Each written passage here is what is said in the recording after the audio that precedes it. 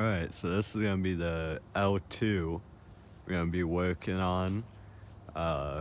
This combine's been sitting for a long time, and I got it started. I didn't film that because I didn't think it was gonna start so easy. I messed with some connections, got in, and it fired right up. And I figured I was just gonna see if it would crank, but it started. But yeah, I got a couple chains I gotta tighten up. I gotta take a link out of this. This tension is maxed out. And then over here, this tension is maxed out too, and the chain's loose.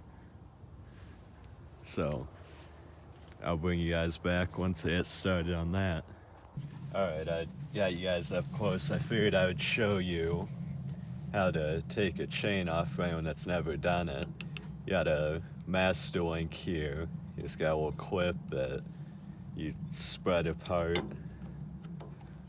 You just pop it out and then slide it off like that. And then you got another piece here.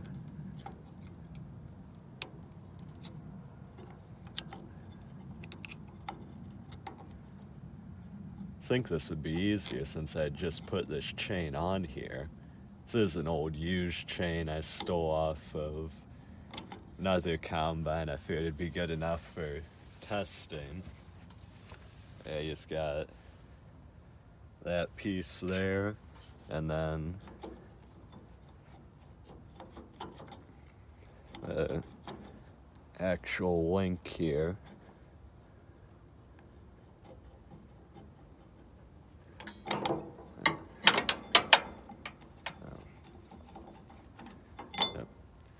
That's the last piece. Now, I'm gonna take this chain off, take it over to my truck, and show you guys how to take a link out. I guess when you take a link out, you kind of taking two out, is you gotta take this off, piece off, and that. So you got two links there that come off.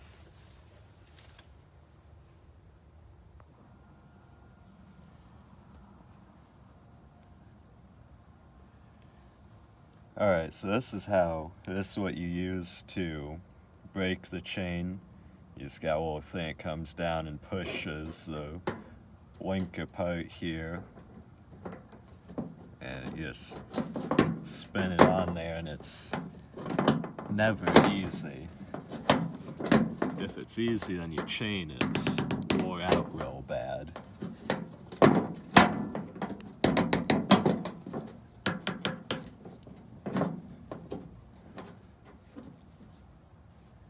I think that one started to move.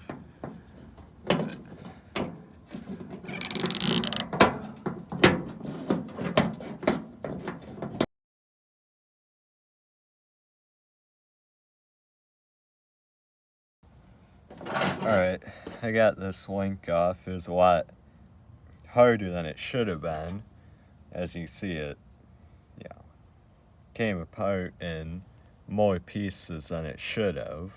This pin came out of both sides, but got the link out now, so this chain should be the right length. And go throw this on and throw that other chain on. I should be able to fire up the combine and run everything. Alright, well, I'd show you guys putting this chain back on. Gotta loosen up this tensioner. See, what Gleaner did to save costs, they made these tensioners wood, and the nice thing about that is you can just make these yourself. The chain just rubs on the wood, doesn't hurt the chain or anything, and it's cheap to replace. Cheap for Gleaner to make, and cheap for you.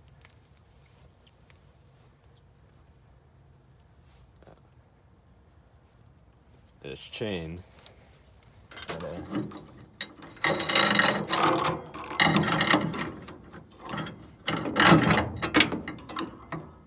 is a sensor down here. It makes it harder to get this chain on.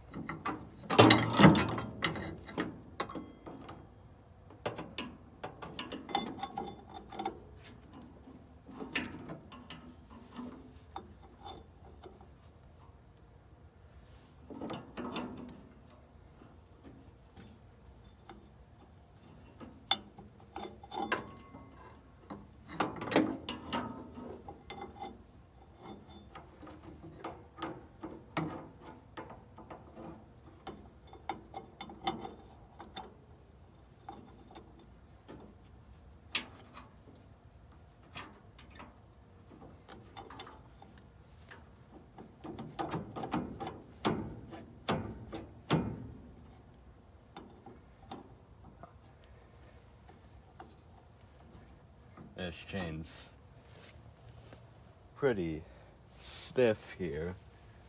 It's got a little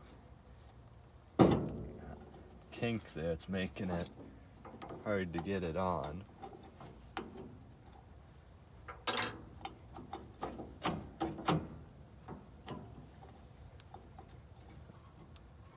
Us, isn't it? Oh, there we go.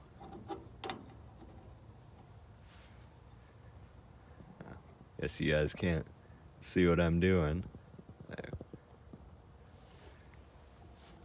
So one thing you do when you're putting a chain on, put it on the sprocket so it holds it, should hold it the right spacing so you can get your master link in.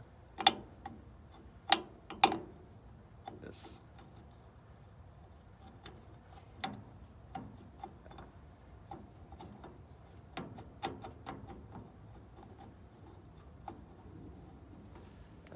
Just like that, and then put your other piece on.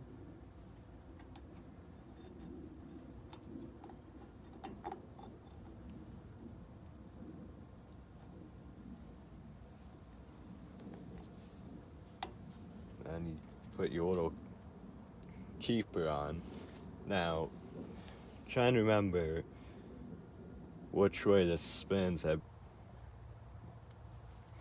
Alright, my phone quit recording there, so I had to start it again. But if I remember right, this sprocket spins this way. So, counterclockwise. So with this keeper, this end opens, so you want to have it going like this, so it's just in case something hits it, it's harder for it to knock it off. And I doubt it ever would, but it helps, because you don't want your chain falling off, and that could cause a lot of problems.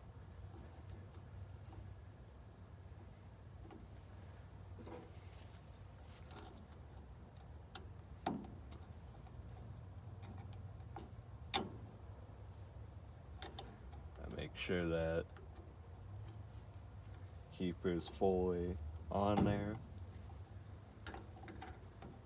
Sometimes it doesn't want to slip in that groove, like it's doing right now.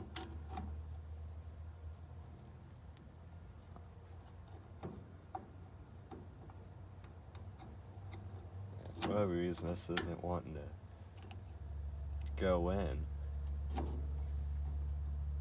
Okay, there we go. So now I'll go tighten this chain up and throw that other one on, and then probably start it up and show you guys it run. And I might do that tomorrow because it's kind of dark out right now. Alright, so I got all the chains on and tightened up, so we're gonna see how everything runs on this combine. It's been sitting for quite a while. I had a little trouble getting it started, but this engine seems pretty good. It's got good oil pressure, so let's start it.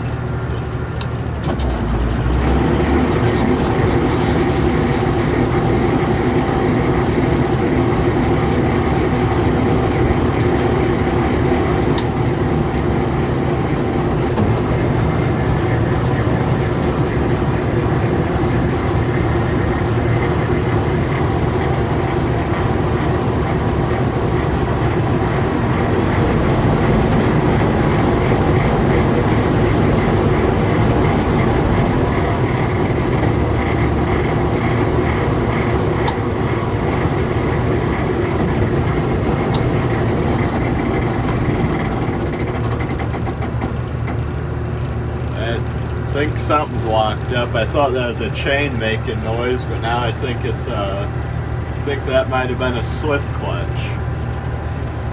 Alright, so let's go look and see if we can find it.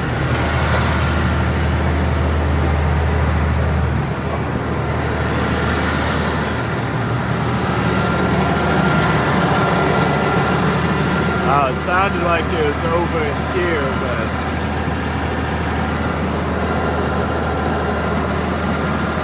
not sure what that was.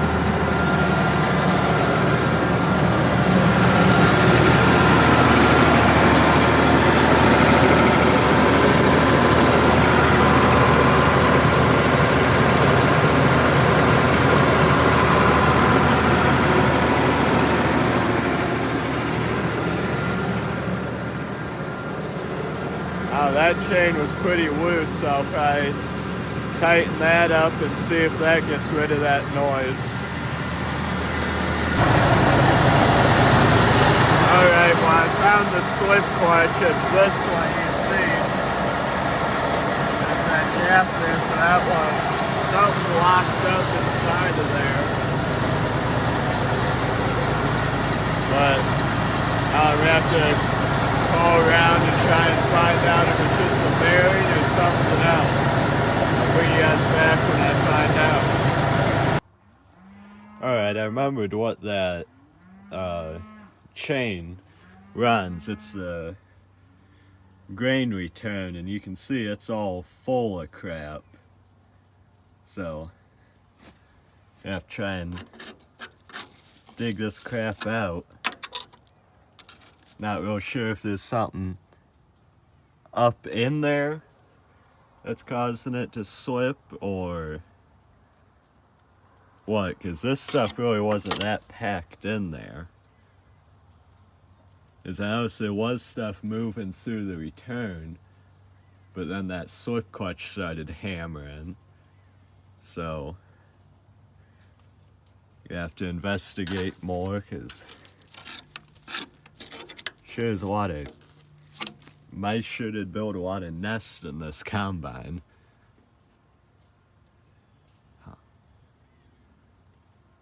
Yeah, I'll try and look in from the top and see what's up there. Well, this is the top of the return. You see that broke the other day, but sure there's a lot of crap packed in here, and this chain is as tight as it can get.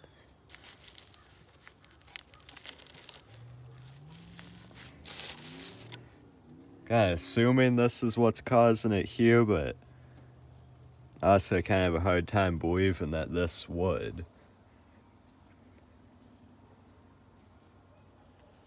I'll dig all this crap out of here, and hopefully this is it and I don't have to tear into it further. Alright, well I loosened that return elevator chain. See the tensioner up there, and down here I didn't have to pull on this chain, but it came loose down here, so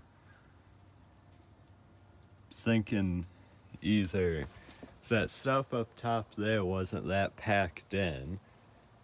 I don't think that's what caused it. I'm thinking that chain was just really tight, that's why it seemed like it was causing it. And there must be something packed in this auger, but probably gonna tighten that chain back up some, because you leave it loose, that'll cause problems. It does start turning, but I think I'm gonna start up the combine again and just bump it real quick, see what happens, and then I'll know if it's that auger or if it was up there. But bring you guys back when I start it again.